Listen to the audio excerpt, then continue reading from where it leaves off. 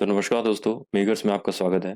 तो आज की इस वीडियो में हम बात करने वाले हैं नेशनल हैंडलूम डे के बारे और नेशनल हैंडलूम डे क्यों सेलिब्रेट किया जाता है, इससे रिलेटेड क्या-क्या गवर्नमेंट स्कीम्स हैं, इसमें क्या-क्या सी ऐसे चैलेंजेस है और क्या-क्या ऐसे रिफॉर्म्स चाहिए इस इंडस्ट्री में, उन सभी चीज़ों को हम समझेंगे। तो 2015 में गवर्नमेंट ने डिसाइड किया था कि अगस्त 7 को हर साल नेशनल हैंडलूम डे के तौर पे सेलिब्रेट करने का। ठीक है, तो 2015 में गवर्नमेंट ऑफ इंडिया ने ये डिसाइड किया था कि अगस्त 7 को हर साल as a national handloom day की तरह सेलिब्रेट किया जाए। तो इसी दिन को क्यों चूज किया जाए, अगस्त 7 को ही क्यों चूज किया गया? तो इस दिन को इसलिए चूज किया गया क्योंकि अगस्त 7 1905 को एक स्वदेशी मूवमेंट लॉन्च हुआ था। ठीक है, तो ये स्वदेशी मूवमेंट का मोटो क्या था? To boycott imported goods and promote the make in India products.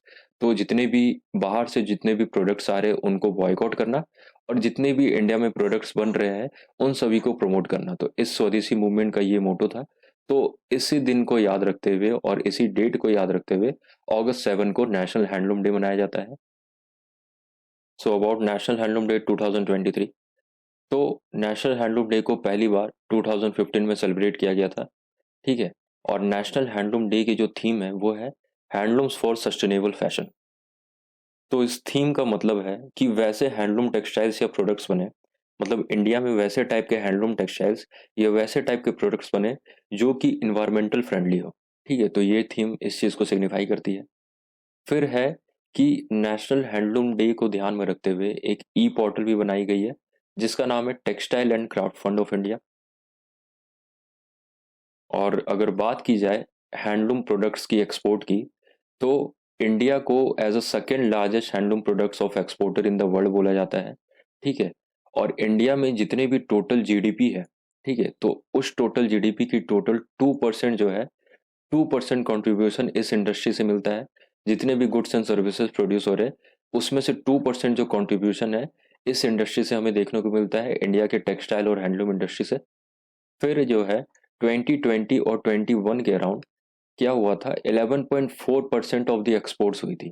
ठीक है, तो इस इंडस्ट्री से 11.4% ऑफ द एक्सपोर्ट्स जो है 20 और 21 के अराउंड हुई थी। फिर है traditional Indian clothing, mainly saris and khadi fabric. तो आप इंडियन क्लोथिंग की अगर बात की जाए तो ट्रेडिशनल वे में सबसे मेन में हम क्या देखते हैं, साड़ीज को या खादी फैब्रिक को देखते हैं। तो इसे as a means of diplomatic communication के तौर पे भी देखा जाता है और बिल्डिंग रिलेशनशिप बिटवीन कंट्रीज के तौर पे भी देखा जाता है। क्योंकि ये जो हमारी साड़ी और खादी फैब्रिक है, ये हमारी इंडिया के कल्चरल डाइवर्सिटी को शोकेस करती है।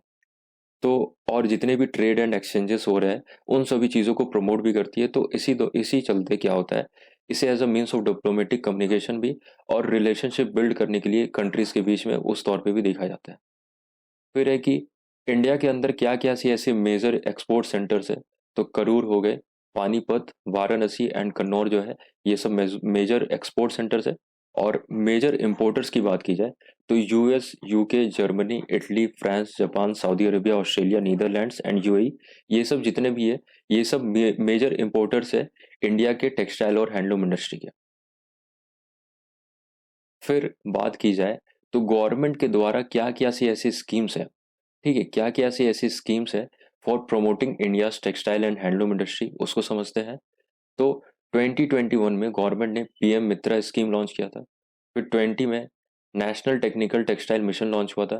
फिर 2017 में देखा जाए तो तीन चीज लॉन्च हुआ था, तीन स्कीम लॉन्च हुआ था। एक तो समर्थ स्कीम, फिर पावर टैक्स इंडिया, एटीयूएफएस जो कि बोलते हैं amended technology upgradation fund scheme, और 2005 में एसआईटीपी लॉन्च हुई थी जिसका नाम है scheme for integrated textile parks.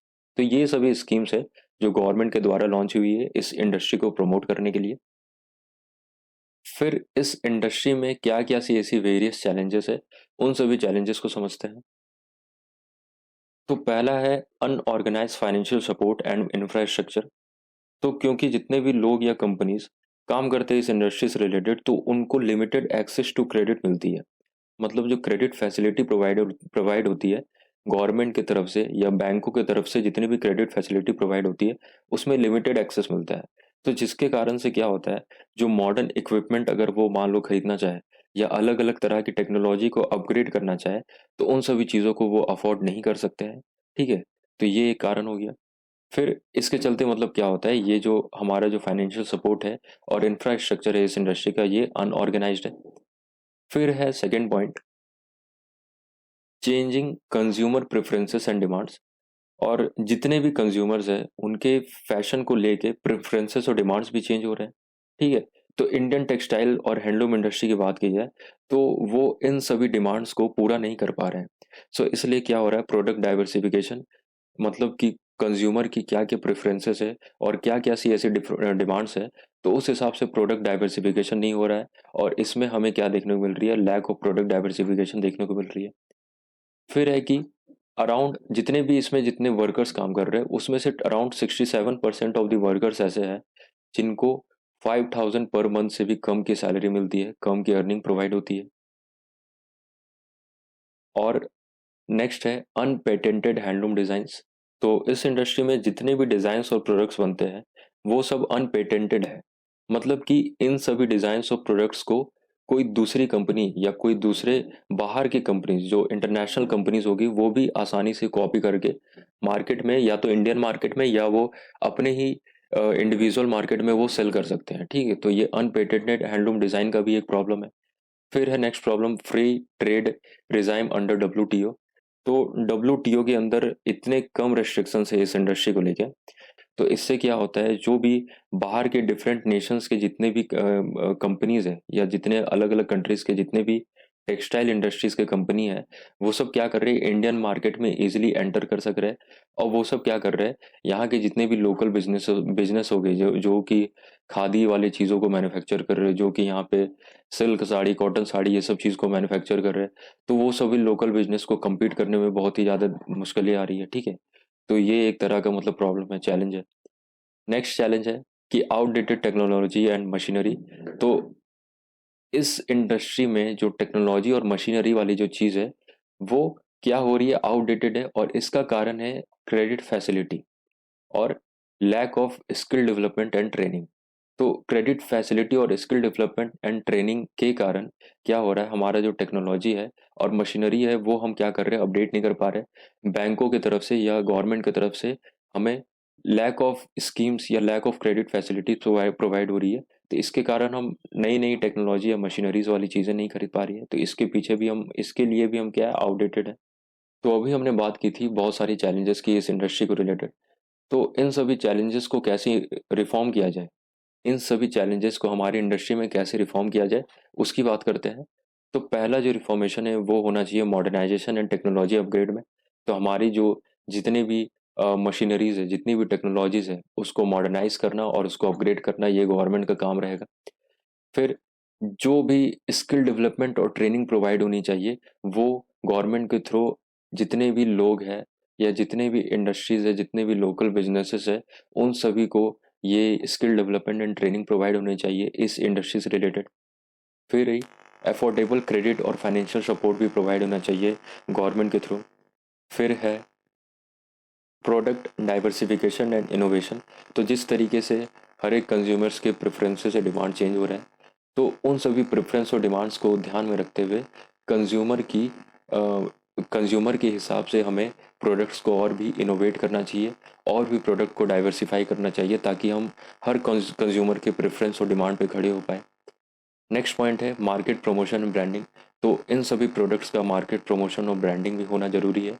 तो मार्केट प्रमोशन और ब्रांडिंग अभी के टाइम में ई कॉमर्स के जरिए भी हो सकता है, सोशल मीडिया के जरिए भी हो सकता है, और भी ऐसी बहुत सारी प्लेटफॉर्म है उसके जरिए हो सकता है, डिजिटल मार्केटिंग के जरिए हो सकता है। तो इन सभी चीज़ों पे भी गवर्नमेंट को बहुत ज़्यादा ध्यान देना चाहिए। नेक्स्ट पॉइंट है गवर्नमेंट को बहुत सारी ऐसी सपोर्ट और बहुत सारी ऐसी पॉलिसीज़ प्रोवाइड करनी चाहिए ताकि ये इंडस्ट्री बहुत ही अच्छे तरीके से बिल्ट हो पाए। ठीक है, तो क्या क्या पॉलिसीज़ और सपोर्ट मिल सकती है, जैसे कि क्रेडिट फैसिलिटीज़ प्रोवाइड हो सकती है, skill development and training provide हो सकती है, गवर्नमेंट बेटर अपॉर्चुनिटीज़ ला सकते हैं कि किसी भी प्रोडक्ट्स को, कोई भी प्रोडक्ट्स जो इंडियन मार्केट में जो बन रहा है, जो हैंडलूम इंडस्ट्री और टेक्सटाइल इंडस्ट्री में बन रहा है, उनको कोई कॉपी ना कर पाए। तो उसके लिए हर एक प्रोडक्ट की पेटेंटिंग होनी चाहिए, हर एक प्रोडक्ट की जीआई टैगिंग होनी चाहिए। तो इस हिसाब से गवर्नमेंट भी इस इन सभी चीज़ों में सपोर्ट कर सकते हैं। फिर है नेक्स्ट कोलैबोरेशन एंड पार्टनरशिप। तो जितने भी स्मॉल बिजनेसेस है उनको एक्सेस मिलना चाहिए, उनको चांस मिलना चाहिए to collaborate and partnership with other companies and industries जो भी इंडस्ट्रीज टेक्सटाइल इंडस्ट्री से रिलेटेड है, तो स्मॉल बिजनेसेस उनसे पार्टनरशिप या कोलैबोरेट कर सके। ठीक है, तो ये सभी चीज़ें रिफॉर्म करने के लिए इस इंडस्ट्री को होनी चाहिए।